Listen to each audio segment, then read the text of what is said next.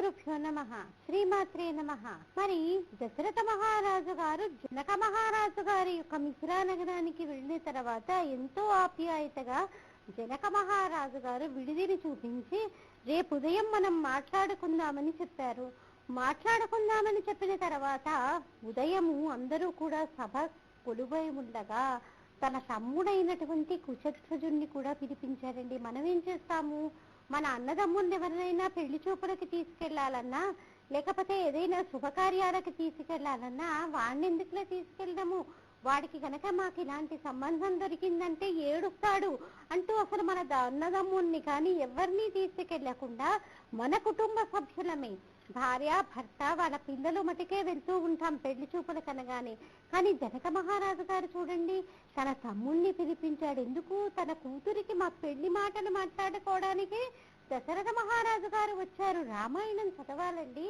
అసలు అన్నదమ్ములంటే ఎలా ఉండాలి, బియ్యంకుళ్ళంటే ఎలా ఉండాలి, పెళ్లి మాటలంటే ఎలా ఉండాలో మనకి తెలియచేస్తుంది రామాయణం. మనం ఇప్పుడు పెళ్లి మాటలు అనగానే ఏమనుకుంటాము, ఆడపిల్లవాళ్ళు మగపెళ్లి వారి ఇంటికి వెళ్ళి మా అమ్మాయికి మేము ఇంతే కట్నం ఇవ్వగలుగుతామని ఆడపిల్ల వాళ్ళు అంటారు. మగపిల్లాడి వాళ్ళు మా అబ్బాయి ఇంతలో ఉన్నాడండి, మొన్న ఒక సంబంధం వచ్చింది, వాళ్ళు 10 లక్షల దాకా ఇస్తా అన్నారు, లాంఛనాలు కూడా బాగా జరిపిస్తా అన్నారు అని ఆలోచిస్తూ ఉంటారు. ఇంకొంతమంది ఏమంటారు, మా పెద్ద కోడలు తన పుట్టింటి నుంచి ఇంత డబ్బు తీసుకొచ్చింది, ఇన్ని లాంఛనాలు తీసుకొచ్చింది, ఇప్పటికీ కూడా వాళ్ళ నాన్నగారు ఏవో ఒక కానుకలు ఇస్తూనే ఉంటారు, మీరు కూడా మా పెద్ద కొడుక్కి ఏ రకంగా అయితే లాంఛనాలు వాళ్ళు జరుపుతూ ఉన్నారో మీరు అలాగే జరపాలని ఆంక్షలు పెట్టేటటువంటి ప్రభుత్వాలని మనం చూస్తూనే ఉంటాం. రామాయణం చదివితే ఒక పెళ్లి మాటలంటే ఎలా ఉండాలో మనకి అర్థమవుతుందండి.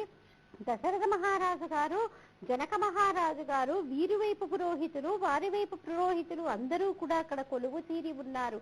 కొలువు తీరి ఉండగా దశరథ మహారాజు గారు అన్నారు, మీరు మీ అమ్మాయిని మా ఇంటికి ఇస్తున్నారు, మరి మా వంశ చరిత్ర తెలుసుకోవాలి కదా, మా వంశ చరిత్ర తెలుసుకోవాలి అని వశిష్ఠుల వారిని వారి యొక్క వంశ చరిత్ర చెప్పమన్నారు. ఇప్పుడు మన వంశ చరిత్ర మనమే చెప్పుకున్నామనుకోండి, అదేదో మనం తప్పు చేసినటువంటి వాళ్ళ గురించి మనం చెప్పుకోలేకపోవచ్చు. కాబట్టి ఇంకొకరు ఎవరైనా పురానికి హితము కోరేటటువంటి వారు మన వంశ చరిత్ర చెప్పారనుకోండి, ఉన్నట్టుగా చెప్తారు. కాబట్టి వశిష్ఠుల వారిని వారి యొక్క వంశ చరిత్ర చెప్పమన్నారు. నిజానికి మనకి వివాహాల్లో కూడా మనం ఏమనుకుంటామండి, వివాహము అనగానే అటేడు తరాలు ఇటేడు తరాలు చూడాలి అని చెప్తారు. ఎందుకు, మానసికమైనటువంటి సమస్యలు ఉన్నటువంటి వారు ఈ 7 తరాలలో ఉన్నా, లేకపోతే కులాంతర మతాంతర వివాహాలు చేసుకున్నటువంటి వారు ఈ 7 తరాలలో ఉన్నా ఆ వాసన ముందు తరాల వారికి కూడా అంటుతుందని మనం ఏం చేస్తాము, వివాహము అనగానే ఇటేడు తరాలు అటేడు తరాలు చూడాలని చెప్తాం. కానీ మనము ఈ దశాబ్దంలో మనం అది పూర్తిగా మర్చిపోయామని చెప్పొచ్చండి. కనీసము ఇప్పుడు ఉన్నటువంటి కుటుంబ పరిస్థితులను కూడా గమనించేటటువంటి స్థితిలో ఆడపిల్ల తల్లిదండ్రులు ఇటు మగపిల్లవాడి తల్లిదండ్రులు కూడా ఉండట్లేదు. ఎంతసేపు బాహ్య సౌందర్యానికి ఆడంబరాలకి అబ్బాయి ఉద్యోగం ఎంత, అమ్మాయి ఎంత అందంగా ఉంది, అబ్బాయికి ఎంత జీతం వస్తుంది, అమ్మాయి ఎంత సంపాదిస్తుంది, సన్నగా నాజుగ్గా ఐశ్వర్యరాయలాగా ఉందా, ఇలాంటి వాటికి ప్రాముఖ్యత ఇస్తున్నామే కానీ అబ్బాయి తల్లిదండ్రులు ఎవరు, అమ్మాయి తల్లిదండ్రులు ఎవరు, వారి తాతగారెవరు ఇత్యాదులు అసలు పట్టించుకునే వాళ్ళని మనం వేళ్ల మీద లెక్క పెట్టవచ్చు. పట్టించుకునే వాళ్ళు లేరు అంటలేదు, అలాంటి వాళ్ళని మనము వేళ్ల మీద లెక్క పెట్టవచ్చు. పైగా ఏంటి, కొంతమంది ప్రభుత్వాలు ఏం చేస్తున్నారు, మా అబ్బాయి చాలా గొప్ప పొజిషన్ లో ఉన్నాడండి, ఇటు మా అబ్బాయి పెద్ద అబ్బాయి వాళ్ళు కూడా చాలా గొప్ప పొజిషన్ లో ఉన్నారు, కాబట్టి మా అబ్బాయికి చేసుకునేటటువంటి వియ్యంకుడు కూడా చాలా గొప్ప స్థితిలో ఉండాలి, ఆయన పెద్ద ఉద్యోగం చేస్తూ రిటైర్ అయి ఉండాలి, చాలా సంపాదించి ఉండాలి అని ఆలోచించేటటువంటి అబ్బాయిల తల్లిదండ్రులు ఉన్నారు. అలాగే అమ్మాయిల తల్లిదండ్రులు కూడా అబ్బాయి గుణగణాలకు అసలు ప్రాధాన్యత లేకుండా అబ్బాయి ఎంత సంపాదిస్తున్నాడు, ఏ ఉద్యోగం చేస్తున్నాడు, క్వాలిఫికేషన్ ఏంటి అన్నదే చూస్తున్నారు. కానీ అసలు ఆ అబ్బాయి కుటుంబం ఎలాంటిది అన్నటువంటి విషయాన్ని ఆలోచించేటటువంటి వాళ్ళు చాలా తక్కువగా ఉన్నారని మనం ఖచ్చితంగా చెప్పవచ్చు. మరి దశరథ మహారాజు గారు వశిష్ఠుల వారిని వారి వంశ చరిత్ర చెప్పమన్నారు. నిజానికి రామచంద్రమూర్తి యొక్క వంశ చరిత్ర తెలుసుకున్నప్పటికీ కూడా వారిలో ఒక్కొక్క మహానుభావుడండి. కాబట్టి వారి వంశ చరిత్రను చూద్దాం. వశిష్ఠుల వారు చెప్పటం మొదలుపెట్టారు. అవ్యక్తమైనటువంటి పరబ్రహ్మం నుండి చతుర్ముఖ బ్రహ్మగారు ఆవిర్భవించారు. చతుర్ముఖ బ్రహ్మగారి నుంచి మరీచి ఉద్భవించాడు. మరీచి నుంచి కశ్యపుడు ఉద్భవించాడు. కశ్యపుడి నుంచి సూర్యుడు ఉద్భవించాడు. సూర్యుడి నుంచి మనువు ఉద్భవించాడు. మనువు నుంచి ఇక్ష్వాకు ఉద్భవించాడు. ఆ ఇక్ష్వాకు మహారాజు గారే ఈ నగరాన్ని స్థాపించినటువంటి వారు. కాబట్టి ఇది ఇక్ష్వాకు వంశంగా ప్రసిద్ధికెక్కింది. ఆయన మహాపురుషుడు, ఆయన పరమ పరాక్రమవంతుడు. కాబట్టి నీ ఇక్ష్వాకు వంశము అంటే అంత ప్రసిద్ధి చెందింది. ఇక్ష్వాకు నుంచి కుక్షి, కుక్షి నుంచి వికుక్షి, వికుక్షి నుంచి బాణుడు, బాణుడు నుంచి అనరణ్యుడు, అనరణ్యుడి నుంచి పృథువు, పృథువు నుంచి త్రిశంకు మహారాజు. ఈ త్రిశంకు మహారాజు గారు చాలా గొప్ప తపస్సంపన్నుడే. విశ్వామిత్రుల వారితో బొందితో నేను స్వర్గానికి వెళ్ళిపోతానని ఆయన ఎంతో శక్తి సంపన్నుడైనప్పటికీ కూడా అది చేద్దామని త్రిశంకు స్వర్గంలో ఉండిపోయాడు. ఆయన త్రిశంకువు. ఈ త్రిశంకుకు ఉద్భవించినటువంటి వాడు యవనాశ్వుడు, దుందుమారుడు. ఈ దుందుమారునికి మాంధాత, మాంధాతకి సుసంధి, సుసంధికి ధ్రువసంధి, ధ్రువసంధికి భరతుడు, భరతుడికి అసితుడు, అసితుడికి సగరుడు, సగరునికి అసమంజసుడు, అసమంజసునికి అంశుమంతుడు, అంశుమంతునికి దిలీపుడు, దిలీపునికి భగీరథుడు, భగీరథునికి కకుత్సువు, కకుత్సువునికి రఘువు. రఘు మహారాజు చాలా గొప్పవాడండి. ఈ రఘువు వల్ల ఏం జరిగింది? ఇది ఇక్ష్వాకు వంశం కాస్త రఘువంశంగా కూడా కీర్తికాంచింది. ఒక పురుషుడి యొక్క సక్రమమైనటువంటి ప్రవర్తన వల్ల వంశము కూడా వంశము యొక్క పేరు కూడా మారిపోయేటటువంటి అవకాశం ఉంది. రఘు మహారాజు అంతటి గొప్పవాడు. ఆ రఘు మహారాజు గానికి ప్రబుద్ధుడు, ప్రబుద్ధునకు శంఖనుడు, శంఖనునికి సుదర్శనుడు, సుదర్శనుడికి అగ్నిరథుడు, అగ్నిరథుడికి శీఘ్రవ్రతుడు, శీఘ్రవ్రతుడికి మరువు, మరువుకి ప్రశేషుడు, ప్రశేషునికి నహుషుడు, ప్రశేషునికి అంబరీషుడు, అంబరీషునికి నహుషుడు, నహుషునికి యయాతి, యయాతికి నాభాగు, నాభాగుకి అజుడు, అజమహారాజు గారికి దశరథ మహారాజు గారు, దశరథ మహారాజు గారికి ఈ రామ లక్ష్మణ భరత శత్రుఘ్నులు ఉద్భవించారు అని రామచంద్రమూర్తి యొక్క వంశ చరిత్రనంతా కూడా వశిష్ఠుల వారు చెప్పారండి. ఇప్పుడు మనకి పురోహితులు ఉంటారు. మన పురోహితులకి మనం ఒక 1116 పెడితే మన గురించి గొప్ప చెప్తాడు. తండ్రి గారి గురించి మనం మళ్ళీ వాళ్ళ గురించి చెప్పుకోవాలి అంటే అసలు 7 తరాలు కాదు, అసలు 1-2 తరాలు కూడా మాట్లాడుకోలేనటువంటి స్థితిలో మనం ఉన్నాం. కాబట్టి ప్రవర చెప్పుకునేటప్పుడు కనీసంలో కనీసం తండ్రి, తాత, ముత్తాతల పేర్లు, వాళ్ళు చేసినటువంటి గొప్ప పనులు అన్నా మనం చెప్పుకునేటటువంటి స్థితిలో మన యొక్క జీవన గమనం ఉండాలి. చెప్పుకునేటట్టుగా మనము తర్ఫీదు పొందాలి. అంటే మనం ముందుగా మన తండ్రి గారి పేరు, తాతగారి పేరు, ముత్తాతగారి పేరు కూడా తెలుసుకోవాలి. తాతగారి పేరు వరకే చాలా కష్టం మీద ఈ కాలంలో తెలుస్తున్నాయి. ముత్తాతగారి పేరు అనగానే ఇంకెవరినో పెద్దల్ని అడిగితే కానీ తెలుసుకోలేనటువంటి స్థితిలో ఉన్నాము. మరి దశరథ మహారాజు గారి యొక్క వంశ చరిత్రనంతా కూడా వశిష్ఠుల వారు చెప్పగానే విన్నటువంటి జనక మహారాజు గారు చాలా ఆనందించారు. నా బంగారు తల్లి, ఎంతో అల్లారు ముద్దుగా పెంచుకున్నటువంటి నా సీతమ్మ తల్లి అలాంటి గొప్ప వంశానికి కోడలు కాబోతుంది అని ఆ తండ్రి ఎంతగానో ఆనందించాడు. నిజానికి ప్రతి తండ్రి కోరుకునేది అదే కదండి.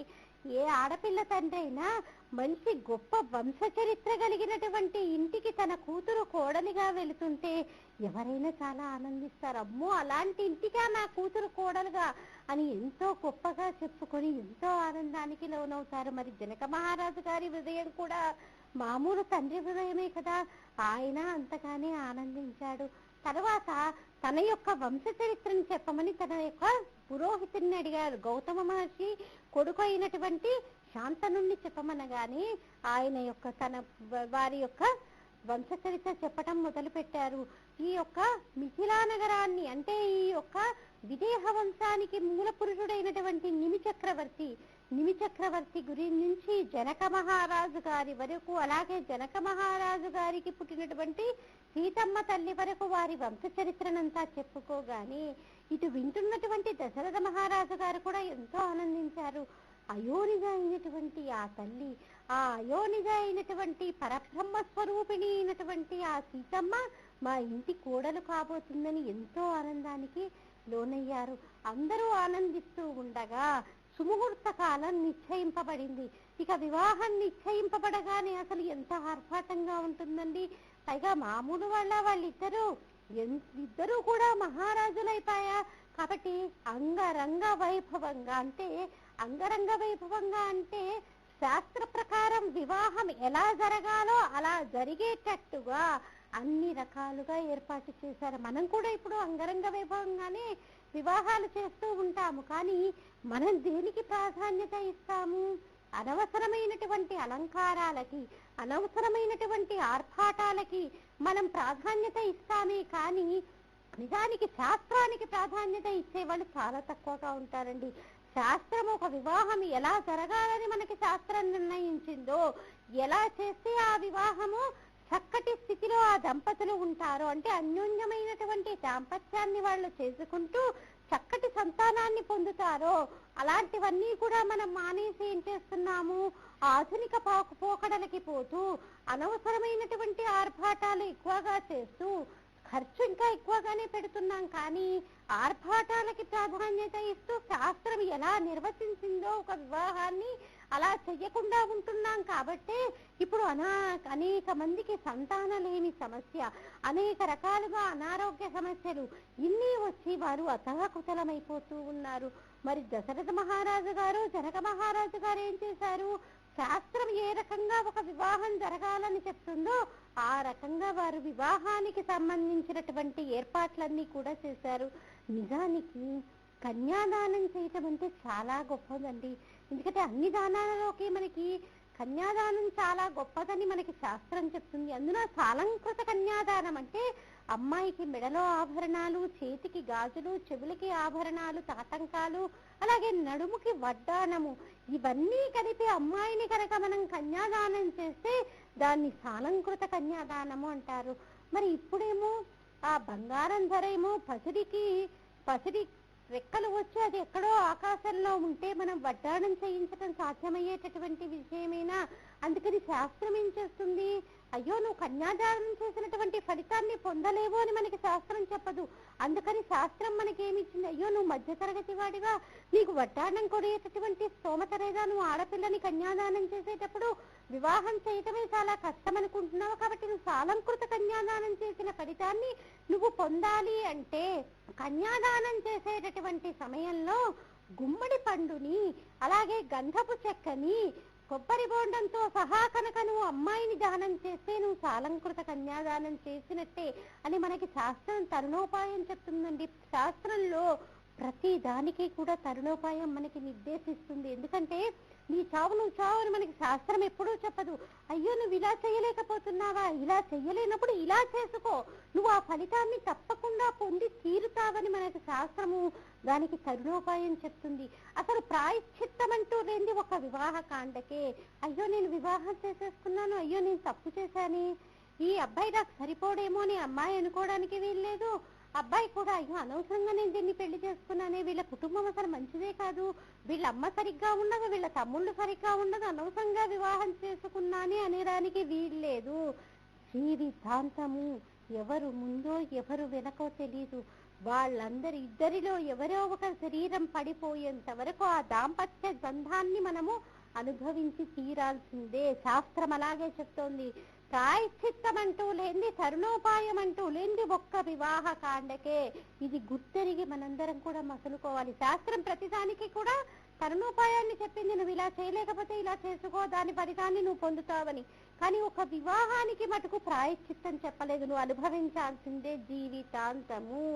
మంచైనా చెడైనా వారిలో ఉన్నటువంటి మంచి గుణాలని మనం స్వీకరిస్తూ, ఇటు భర్త అయ్యుండొచ్చు, భార్య అయ్యుండొచ్చు, జీవితాంతం కలిసి బతకటం తప్పితే దానికి తరుణోపాయం లేదు అని మనకి శాస్త్రం చెప్తోంది.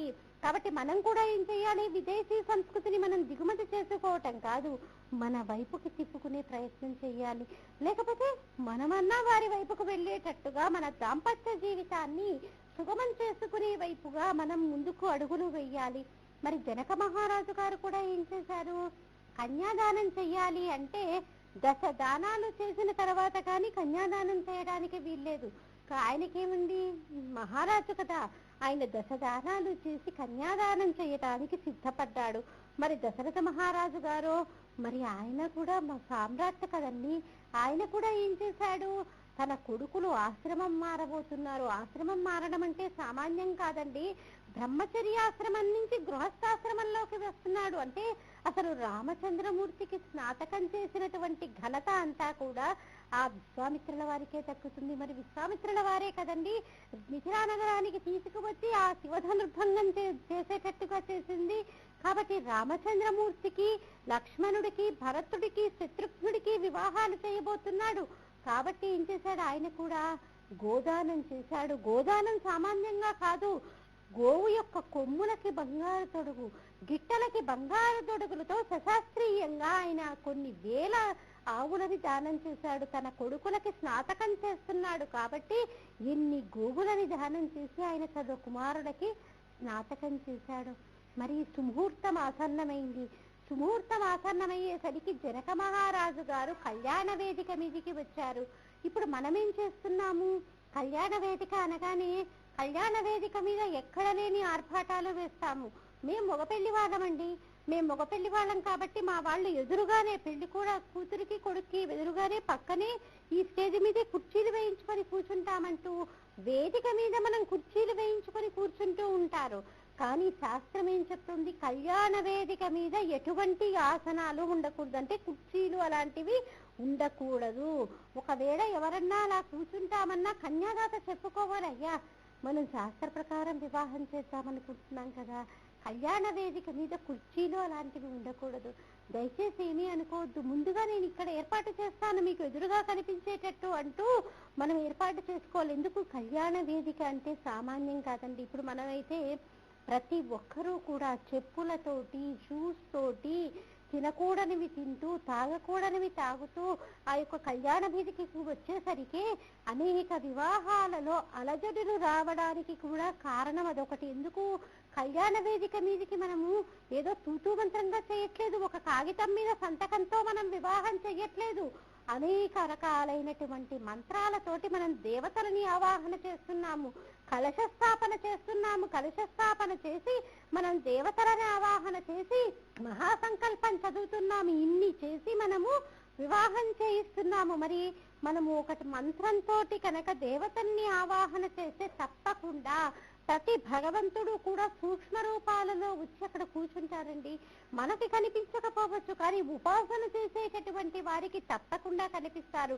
మరి అలాంటప్పుడు మనం అన్ని మంత్రాలతో మహాసంకల్పం చదివినటువంటి ప్రదేశంలోకి మనం చెప్పులతో ఎక్కటం భావ్యమైనా, షూస్తో ఎక్కటం భావ్యమైనా, ఒకవేళ ఎక్కాల్సినటువంటి అవసరమే వస్తే చక్కగా చెప్పులు, షూసు విప్పి కళ్యాణ వేదిక మీదికి వెక్కాలి. పైగా ఒక వివాహానికి వెళ్తున్నప్పుడు షూస్ వేసుకొని ఎందుకు వెళ్ళాలి, చక్కగా ఉన్నటువంటి వాటిల్లో చెప్పులు వేసుకొని వెళ్ళొచ్చు కదా. అలాగే ఎటువంటి ఆసనాలు కూడా ఉండకూడదు. ఎందుకు, ఆ భగవంతుడు నవరత్న ఖచ్చితమైనటువంటి సింహాసనం మీద ఆయన కూర్చొని ఉంటాడు. ఆయన కంటే మనం ఎవరం గొప్పవాళ్ళం కాదు కదండి. మరి ఆయన కంటే ఉన్నతమైనటువంటి ఆసనంతో ఆయన సూక్ష్మ రూపంలో ఎక్కడ ఉన్నాడో మనకి తెలియదు ఆ వేదిక మీద. మరి అలాంటప్పుడు మనం ఆయన కంటే ఉన్నతమైనటువంటి ఆసనంలో ఎలా కూర్చుంటాం?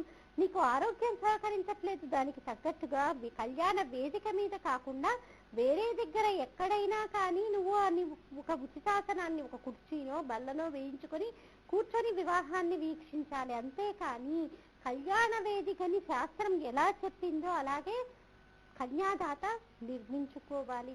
మరి ఆ జనక మహారాజు గారు శాస్త్రానికి ప్రాధాన్యత ఇస్తాడు. 4 కళ్యాణ వేదికలు కూడా సిద్ధమైపోయాయి. రామ, లక్ష్మణ, భరత, శత్రుఘ్నులకి వివాహం చేయటానికి సుముహూర్తం ఆసన్నమైంది. తండ్రి అయినటువంటి జనక మహారాజు గారు ముందుగా సీతమ్మ తల్లిని తీసుకొని వచ్చి రామచంద్రమూర్తి యొక్క చేతిలో ఆ సీతమ్మ తల్లి యొక్క చెయ్యి పెడుతూ, ఇయం సీత మమ సుత సహధర్మచరీతవా ప్రతీక్షైనాం భద్రంతే ప్రాణిగృహ్ణీష్వ పాణినాం పతివ్రత మహాభాగా ఛాయేమానుగత సదా. రామ రామ, నీకు భద్రమగు కాక. అయ్యం సీత, నా కూతురయ్యా, నేను చెప్పిన పెళ్లి చేసుకుంటుంది. నిజంగా ఏ తండ్రి అయినా చాలా ఆనందించేది ఎప్పుడో తెలుసా అండి, ఎంతో అందంగా చిన్నతనం నుంచి కూడా ఆ అమ్మాయిలకి తండ్రి ఏం చేస్తాడు, నడక రాకపోతే నడక నేర్పిస్తాడు, అక్షరాలు దిద్దడం రాకపోతే ఒళ్ళో కూర్చొని అక్షరాలు దిద్దిస్తాడు, అక్షరాలు దిద్దించి తన ప్రాణం కంటే కూడా ఎక్కువగా ప్రతి ఆడపిల్లని కూడా ప్రతి తండ్రి కూడా అంతే ప్రేమగా ప్రేమిస్తాడు. మరి అంత అల్లారు ముద్దుగా పెంచుకున్నటువంటి అమ్మాయిని ఒక అబ్బాయి చేతిలో పెట్టేటప్పుడు తండ్రి ఎన్ని ఆలోచిస్తాడండి. తనకంటే భద్రంగా చూసుకునేటటువంటి ప్రదేశానికి నా కూతుర్ని పంపించాలి అని ప్రతి తండ్రి ఆలోచిస్తాడు. పైగా తాను చెప్పిన పెళ్లి చేసుకుందనుకోండి, ఇంకా ఎంత గర్వము. నా కూతురయ్యా ఇంత చదువుకొని ఇంత ఉద్యోగం చేస్తున్నా కూడా నా వివాహము నా ఇష్టము, నువ్వెవడివి నిర్ణయించటానికి? ఎక్కడి వరకు నువ్వు తండ్రివి? నన్ను కన్నావు, పెంచావు, చదివించావు, నా సొంత తెలివితేటలతో నేను ఉద్యోగం తెచ్చుకొని ఈ స్థాయిలో ఉన్నాను, కాబట్టి నా వివాహం నేనే నిశ్చయించుకుంటాను అని ఒక ఆడపిల్ల అందనుకోండి, ఆ తండ్రి మనసు ఎంత గాయపడుతుందండి. నిజానికి తండ్రిగా ఒక మారు అతను చనిపోయినట్టే లేక. కాబట్టి జనక మహారాజు గారికి ఆనందం ఏంటి? ఇయం సీత, నా కూతురయ్యా సీత నేను చెప్పిన వివాహం చేసుకుంటుంది, నేను కుదిర్చినటువంటి వివాహం చేసుకుంటుంది. నేను వీర్యశుల్కగా సీతమ్మ తల్లిని ప్రకటించి శివధనుర్భంగం చేసినటువంటి వారికి నేను ఇచ్చి వివాహం చేస్తాను అనగానే ఒప్పుకుందయ్యా. నా బంగారు తల్లి, మమ సుత, నా కూతురు, సహధర్మ చరితవా, నీతో జీవితాంతం నీతో కలిసి ఉంటుంది. ఎలా ఉంటుందో తెలుసా? నీ నీడ నిన్ను ఎలా విడిచిపెట్టకుండా ఉంటుందో. ఇప్పుడు మనం నడుస్తూ ఉన్నామనుకోండి, మనం నడుస్తూ ఉన్నప్పుడు మన పక్కన ముళ్ళ పొద వచ్చిందనుకోండి, మన నీడ ఆ ముళ్ళ పొద మీద వెళ్ళిపోతుంది. లేకపోతే ఏ కంకరో ఏ రాళ్ళో, లేకపోతే మనకి ఇప్పుడు రోడ్లన్నీ కూడా అడ్డదిడ్డంగా దిగుడుగా ఉంటాయి. అలాంటి ప్రదేశంలో మనం నడుస్తూ ఉన్నామనుకోండి, మన నీడతో పాటు మన నీడ కూడా ఏంటి మనతో పాటే వస్తుంది. కానీ అప్పగొప్పో ఇక్కడ ముళ్ళ పొదలున్నాయి నేను రాను అంటుందా? లేదే. మనం ఎలా నడిస్తే మన నీడ మనల్ని అలా అనుగమిస్తూ ఉంటుంది. మరి నా కూతురు ఆవిడ మహాపతివ్రత కాబట్టి నిన్ను నీ నీడ ఎలా వదలకుండా ఉంటుందో, నా కూతురైనటువంటి సీత కూడా నిన్ను అలా వదలకుండా ఉంటుందయ్యా. పతివ్రత ఆవిడ మహాపతివ్రత. మహాభాగా ఛాయేవానుగతా సదా, ఎప్పుడూ కూడా నిన్ను అంటి పెట్టుకుని ఉంటుందయ్యా. నిత్యానుపాయిని కదా ఆ తల్లి. ఆ తల్లి ఎప్పుడూ కూడా ఏ అవతారంలో అయినా ఎవరికైనా కూతురుగా వస్తుంది, కానీ భర్తగా మటుకు ఆ పరబ్రహ్మాన్ని కోరుకుంటుంది. ఎందుకు? ఆ తల్లి మహాపతివ్రత. అందుకే కదా సౌందర్య లహరిలో అమ్మవారి వర్ణన్నే చెప్పినప్పటికీ కూడా శంకర భగవత్పాదుల వారు మొదటి నామము శివ అన్నటువంటి శబ్దంతో శివ శక్యాయుక్తో యది భవతి శక్తః ప్రభవితుం నతే దేవం దేవో న ఖలు కుశలః స్పందితుమపి అతస్త్వామారాధ్యాం హరిహర విరించాదిభిరపి ప్రణంతుం స్తోతుం వా కథమకృత పుణ్యః ప్రభవతి అంటూ మొదటి శ్లోకంలో శివ అన్నటువంటి నామంతోటే మొదలు పెట్టారు. కాబట్టి ఆ తల్లి మహాపతివ్రత. నిన్ను ఎలా అనుగమిస్తుందో తెలుసా? నీ మీద నిన్ను ఎలా వదలకుండా నీతో పాటే వస్తూ ఉంటుందో. నా కూతురైనటువంటి సీతమ్మని నేను అలా పెంచాను, మహాపతివ్రతగా పెంచాను, కాబట్టి నిన్ను అలాగే అనుగమిస్తుంది అంటూ జనక మహారాజు గారు గర్వంగా తన యొక్క కూతురి చేతిని రామచంద్రమూర్తి యొక్క చేతిలో పెట్టారంటే, ఒక్కొక్కరికి ఒక్కొక్క వంశంలో ఒక్కొక్క ఇంటి ఆనవాయితీ ప్రకారము వారికి సుముహూర్తం అంటే కొంతమందికి జీలకర్ర బెల్లం పెట్టడం సుముహూర్తం, కొంతమందికి మంగళసూత్ర ధారణ సుముహూర్తం, కొంతమందికి పాణిగ్రహణం సుముహూర్తం. ఇక్ష్వాకు వంశంలో పాణిగ్రహణం సుముహూర్తం కాబట్టి రామచంద్రమూర్తి యొక్క చేతిలో సీతమ్మ తల్లిని చేతిని పెట్టారు. నిజానికి పాణిగ్రహణానికి కూడా మంత్రాలు ఉంటాయండి. మనం ఏదో షేక్ హ్యాండ్ ఇచ్చుకుంటూ ఉంటాం ఇప్పుడు, అంటే మనకు ఒక ఆలోచన కలుగుతుంది. ఎందుకంటే మనము ఇప్పుడు అందరం కూడా ఆధునిక భావాలతో ఉన్న వాళ్ళం కాబట్టి ఇప్పుడు షేక్ హ్యాండ్ ఇస్తే అది కూడా ఒక పాణిగ్రహణమేనా అన్నటువంటి ఆలోచన కలుగుతుంది. అంటే అలా కాదు, అక్కడ ఆ కళ్యాణ వేదిక మీద మహాసంకల్పం జరుగుతుంది. మహాసంకల్పం అంటే ఏంటి? ఈ సృష్టి మొదలైనప్పటి నుంచి కూడా మొత్తం చెప్పుకుంటూ వస్తారు. ఎక్కడెక్కడ ఏవేవి ఉద్భవించాయో, ఏవేవి ఉన్నతమైనటువంటి శిఖరాలు, పర్వతాలు, మైదానాలు అన్నీ ఉన్నాయో అవన్నీ చెప్పుకుంటూ ఋషుల గురించి, నదుల గురించి, సముద్రాల పేర్లు ఒక్కొక్కటి మనం సంకల్పంలో చెప్పేటటువంటి ప్రతి నామానికి కూడా విశిష్టమైనటువంటి ఫలితం ఉంటుంది. ఆ పేర్లను విన్నంత మాత్రం చేతనే మనము ఎంతో చక్కటి ఫలితాన్ని పొందుతాం. అందుకే కదా మనం ప్రతినిత్యము చెప్పుకునేటటువంటి సంకల్పంలో కూడా మనం నదుల పేర్లు చెప్పుకుంటాం, శ్రీశైలం పేరు చెప్పుకుంటాం, కొన్ని శిఖరాల పేర్లు చెప్పుకోవడానికి కూడా కారణం ఏంటి? వాటి పేరు ఉచ్చరించినంత మాత్రాన చక్కటి ఫలితాన్ని మనం మన దినచర్యలో పొందుతాం. కాబట్టి మనం సంకల్పం చెప్పుకునేటప్పుడు కొన్ని ముఖ్యమైనటువంటి నదుల పేర్లు చెప్పుకోవటము, వాటి నామాలని పలకటానికి కూడా కారణం అదే. మరి ఈ పాణిగ్రహణం జరిగేటప్పుడు అక్కడ మహాసంకల్పం జరిగింది. ఈ పాణిగ్రహణ సమయంలో మంత్రం చదువుతున్నప్పుడు అబ్బాయిలు అమ్మాయిలు కూడా బిడియపడకుండా అరచేతిని అరచేతితో రాపాడించి పట్టుకోవాలి. అంటే అరచెయ్యి మొత్తం అరచేతికి తగిలేటట్టు, అలాగే అరిచేతి వేళ్ళు అన్ని వేళ్ళకి తగిలేటట్టు కూడా రాపాడించి పట్టుకుంటే అసలు వివాహం చేసుకునేదే ఎందుకు? ధర్మబద్ధమైనటువంటి సంతానాన్ని పొందటం కోసమే మనం వివాహం చేస్తాం మన పిల్లలకి. ఎందుకు? మనుష్య మనస్సుకి ఆకలి ఎంత సహజమో, దాహము ఎంత సహజమో, అలాగే ఒక వయసు వచ్చిన తర్వాత కామం కూడా అంతే సహజము. సమాజంలో విచ్చలవిడితనం పెరిగిపోకూడదని ఏం చేస్తాము? ఈ కామాన్ని వివాహంతో ధర్మబద్ధం చేస్తాము. ధర్మబద్ధమైనటువంటి వివాహం వల్ల అర్థంగా ఏంటి? ధర్మబద్ధమైనటువంటి సంతానం కలుగుతుంది. అందుకని వివాహం చేసేది సంతానం కోసం. ఈ పాణిగ్రహణ సమయంలో అబ్బాయిలు అమ్మాయిలు కూడా సిగ్గు బిడియము లేకుండా అరచేతికి అరచేయికి వేళ్ళు చెయ్యి మొత్తం కలిసేటట్టుగా వాళ్ళు పట్టుకోవాలి. అలా పట్టుకుంటే కన్యాదానం చేయటానికి ఆడపిల్లలు, అలాగే స్నాతకం చేయటానికి అబ్బాయిలు కూడా వాళ్ళకి కలుగుతారు అని మనకి శాస్త్రం చెప్తోంది. అలాగే మనము సామూహికంగా లక్షవర్తి నోము నిర్వహిస్తున్నామమ్మా. ఈ లక్షవర్తి నోము ప్రసిద్ధ పుణ్యక్షేత్రమైనటువంటి అన్నవరంలో నిర్వహిస్తున్నాం. ఈ లక్షవర్తి నోము ప్రతి స్త్రీ కూడా ఆచరించాలి. 55 సంవత్సరాలు పైబడినటువంటి స్త్రీలు, ఇతరత్ర ఆరోగ్య కారణాల చేత గర్భసంచి తీసివేయబడినటువంటి స్త్రీలు ఈ వ్రతాన్ని ఆచరించవచ్చు. ఆసక్తి ఉన్నటువంటి వారు సంప్రదించాల్సినటువంటి టెలిఫోన్ నెంబర్ 8112-512-6111ని సంప్రదించగలరు. అలాగే మనం సామూహికంగా కాత్యాయని వ్రతాలు నిర్వహిస్తున్నామమ్మా. వివాహానికి ఆటంకంగా జాతకంలో ఏమైనా దోషాలుంటే ఈ కాత్యాయని వ్రతాలు చేసుకోవటం వల్ల వారు త్వరగా వివాహ యోగ్యతని పొందుతారంటే తొందరగా పెళ్లిళ్ళు అయిపోతాయి. ఆసక్తి ఉన్నటువంటి వారు సంప్రదించాల్సినటువంటి టెలిఫోన్ నెంబర్ 8112-512-6111ని సంప్రదించగలరు. ఇంకా దీనికి సంబంధించినటువంటి విషయాన్ని మళ్ళీ మన కార్యక్రమంలో తెలుసుకుందామమ్మా. స్వస్తి.